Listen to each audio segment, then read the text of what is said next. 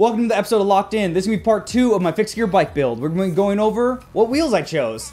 Now, if you've seen this series already, you've seen that I kind of wanted to go with a more classic look, so I chose a BLB silver wheel set. The reason I went with this is because it was affordable, it came with a cog, lock ring, and freewheel, and even a set of tires, even though you'll find out that I didn't use them. The big things that I was looking for in a wheel set was obviously a polished look, affordable, and with sealed bearings in the hubs, because I don't like messing with loose ball bearings because they're just a pain in the ass for regular maintenance. I wanted something that I don't have to worry about. Now, going with this wheel set, there was a few things that I definitely like. There's a few things that I'm not really big a fan of, but we'll see in the future if it ends up being a problem. So the things I really liked about this was definitely the price point. Getting all of this stuff for the price that they offer, which obviously is going to fluctuate. So you can see in the link below where I source these wheels. And keep an eye on them because obviously everybody runs a sale eventually. And the hubs looked really high quality. They're sealed bearing hubs. It's a flip-flop rear, which I definitely wanted because I'm probably going to be running this more freewheel than fixed, depending on the riding I'm going to be doing with this bike. Like I mentioned before, it's going to be primarily a city bike or something to run errands on or commute on. So I didn't want to have to do the daily stress of fixed gear on my knees since I've already ruined them before. You can see why I don't ride brakeless with the card above and watch that video if you don't know why I don't ride fixed as much like I did back in the day.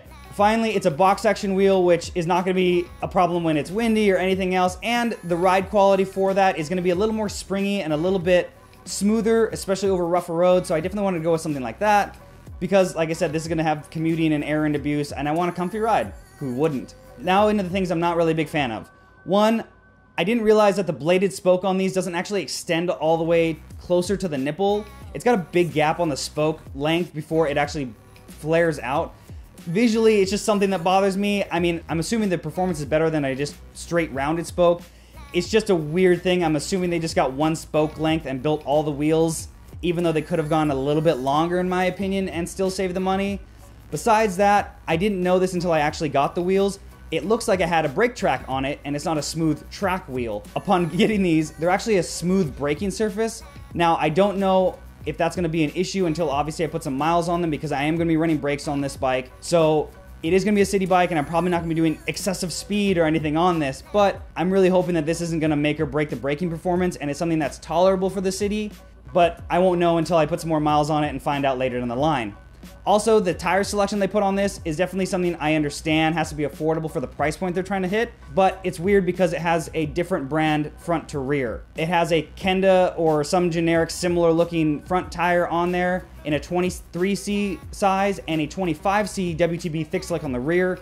I just don't really like either of those tires, so I took those off and replaced those with my tried and true Gator Skin Continentals that I like to run if I'm going to run a tube tire. Now, the cog and lock ring are definitely generic, and I will be upgrading that later in the line when I figure out what gear ratio I really want to run on the bike.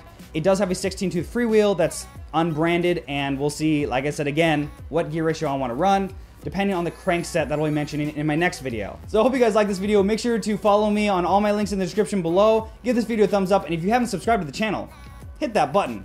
I mean, come on. So I hope you guys like this build series. So I really appreciate all the continued support from you guys. I've been trying to push out at least one video a week, if not two.